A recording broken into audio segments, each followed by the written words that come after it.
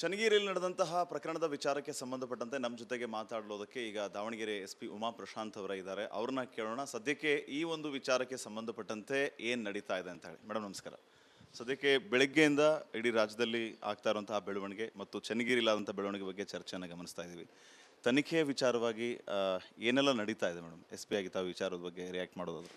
ಈಗಾಗಲೇ ನಿನ್ನೆ ನಡೆದ ಪ್ರಕರಣಕ್ಕೆ ಸಂಬಂಧಪಟ್ಟಂತೆ 5 ಪ್ರಕರಣಗಳು ದಾಖಲಾಗಿದೆ. ಒಂದು ಏನು ಡಿಸೀಸ್ಡ್ ವಿಕ್ಟಿಮ್ ಇದ್ದಾರೆ, ಮೃತರ ತಂದೆಯವರು, ಅವರು ಕೊಟ್ಟಂತಹ ಪ್ರಕರಣದ ಮೇಲೆ ಒಂದು ಅನ್ಯಾಚುರಲ್ ಡೆತ್ ಅಥವಾ ಅಸಹಜ ಸಾವು ಪ್ರಕರಣವನ್ನು ದಾಖಲು ಮಾಡಿಕೊಂಡು ಜುಡಿಷಿಯಲ್ ಎನ್ಕ್ವೈರಿಯಲ್ಲಿ ಪೋಸ್ಟ್ ಮಾರ್ಟಮ್ ಮಾಡಿದ್ದಾರೆ. ಇನ್ಕ್ವೆಸ್ಟ್ ಕೂಡ ಆಗಿದೆ. ಬಾಡಿಯನ್ನು ಹ್ಯಾಂಡ್ ಓವರ್ ಮಾಡಿದ್ವಿ ಅವರ ಮೃತರ ಸಂಬಂಧಿಕರಿಗೆ. ಈಗಾಗಲೇ ಅಲ್ಲಿ ಕ್ರಿಮೇಷನ್ ಕೂಡ ಮುಗಿದಿದೆ.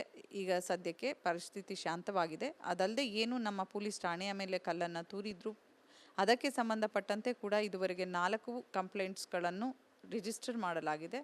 ಅದರಲ್ಲಿ ಯಾರ್ಯಾರು ಅಂತ ಹೇಳಿ ನಾವು ಅಕ್ಯೂಸ್ಡ್ನ ಐಡೆಂಟಿಫೈ ಮಾಡಿ ಶೀಘ್ರದಲ್ಲೇ ಅವ್ರಿಗೂ ಕೂಡ ಕಾನೂನು ಕ್ರಮವನ್ನು ತೆಗೆದುಕೊಳ್ತೇವೆ. ಮೇಡಮ್, ಸದ್ಯಕ್ಕೆ ಈ ಒಂದು ಪ್ರಕರಣದ ವಿಚಾರಕ್ಕೆ ಸಂಬಂಧಪಟ್ಟಂಗೆ ಲಾಕಪ್ ಡೆತ್ ಅನ್ನೋಂತಹ ಕೋಡ್ ವರ್ಡ್ ಭಾರಿ ಚರ್ಚೆ ಆಗ್ತಾ ಇದೆ. ಈಗಾಗಲೇ CM ಸಾಹೇಬರು ಇನ್ಕ್ಲೂಡಿಂಗ್ ಹೋಮ್ ಮಿನಿಸ್ಟರ್ ಇದ್ರ ಬಗ್ಗೆ ರಿಯಾಕ್ಟ್ ಮಾಡಿ ಆಗಿದೆ. ಆ ಕುಟುಂಬಸ್ಥರು ಮಾಡ್ತಾ ಇರುವಂತಹ ಬ್ಲೇಮ್ ವಿಚಾರಕ್ಕೆ ಸಂಬಂಧಪಟ್ಟಂಗೆ ಇನ್ಕ್ಲೂಡಿಂಗ್ ಇನ್ವೆಸ್ಟಿಗೇಷನ್ ಅದ್ರ ಬಗ್ಗೆ ಹೇಳೋದು. ಈಗಾಗಲೇ ನಾನು ಡಾಕ್ಟರ್ ಹತ್ರ ಕೂಡ ಯಾರು ಇನ್ಕ್ವೆಸ್ಟ್ ಮಾಡಿದ್ರು ಅವ್ರ ಹತ್ರ ಕೂಡ ನಾನು ಮಾತಾಡಿದ್ದೇನೆ. ಅದು ಪ್ರಿಲಿಮಿನರಿ ಆಗಿ ಅವರಿಗೆ ಹಾರ್ಟ್ ಇಶ್ಯೂಸ್ ಇರ್ತದೆ, ಹಾಗಾಗಿ ಅದು ಆರ್ಟೀರಿಯಲ್ ಇಶ್ಯೂಸು ರಪ್ಚರ್ಸ್ ಆಗಿ ಈ ಪ್ರಾಬ್ಲಮ್ ಆಗಿದೆ ಅನ್ನೋ ಥರ ಮೇಲ್ನೋಟಕ್ಕೆ ಕಂಡು ಬಂದಿದೆ. ಇನ್ನು ಅಂತಿಮ ವರದಿ ಬಾಕಿ ಇದೆ ಅಂತ ಹೇಳ್ತಾರೆ. ಸೊ ಹಾಗಾಗಿ ಇನ್ನೂ ಅಂತಿಮ ವರದಿ ಬಾಕಿ ಇರಬೇಕು. ಎಲ್ಲ ತನಿಖೆ ನಡಿಬೇಕಾಗಿರೋದ್ರಿಂದ ನಮಗೆ ಈಗಾಗಲೇ ಏನು ಆ ಘಟನೆ ನಡೆದಿದೆ ಅದ್ರ ಬಗ್ಗೆ ನಮ್ಮ ಠಾಣೆಯಲ್ಲಿ ಕೂಡ CCTV ಫುಟೇಜಸ್ ಇದೆ. ಅದನ್ನು ಕೂಡ ಏನು ಎನ್ಕ್ವೈರಿ ಆಗ್ತಾ ಇದೆ ಅದರಲ್ಲಿ ಕೂಲಂಕುಷವಾಗಿ ಪರಿಶೀಲಿಸಲಾಗ್ತದೆ. ಹಾಗೂ ಎಲ್ಲ ರೀತಿಯಿಂದನೂ ಕೂಡ ನಿಷ್ಪಕ್ಷಪಾತವಾದ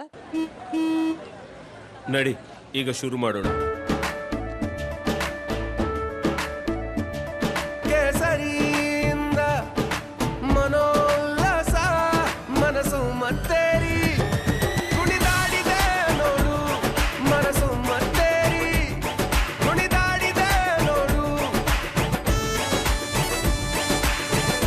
ಕ್ಷಣ ಕ್ಷಣವೂ ಆಚರಿಸಿ ಕೇಸರಿ ಹಬ್ಬ. ವಿಮಲ್ ಬಾಯಲ್ಲಿ ಹೇಳಿ ಕೇಸರಿ.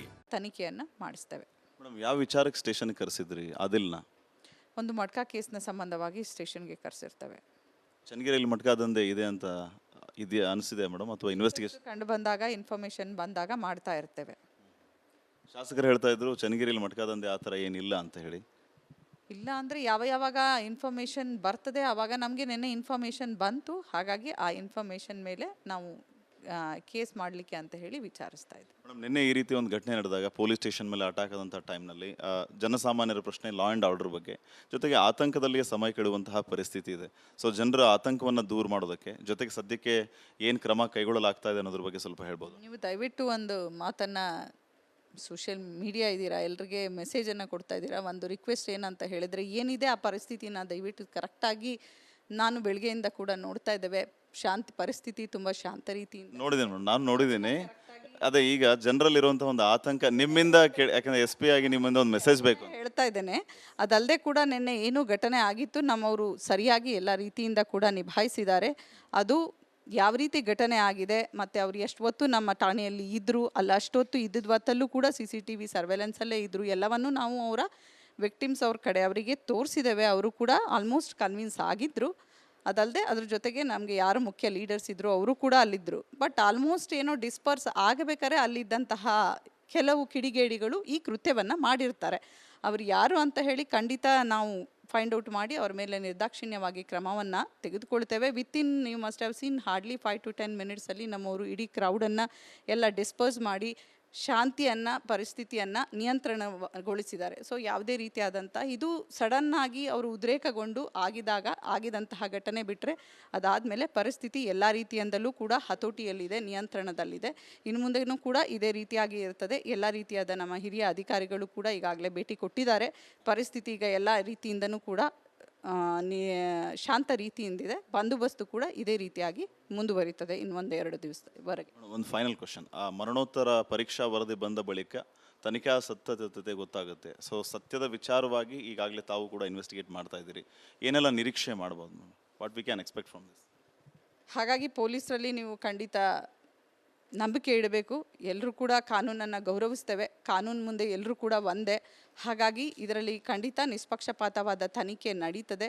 ಅವರು ಯಾರು ವಿಕ್ಟಿಮ್ಸ್ ಕಡೆಯವರಿದ್ದಾರೋ ಅವ್ರಿಗೂ ಕೂಡ ನಾವು ಭೇಟಿ ಮಾಡಿದ್ದಾನೆ, ನೆನ್ನೆ ಅವ್ರಿಗೂ ಕೂಡ ಮಾತಾಡಿಸಿದ್ದೇವೆ.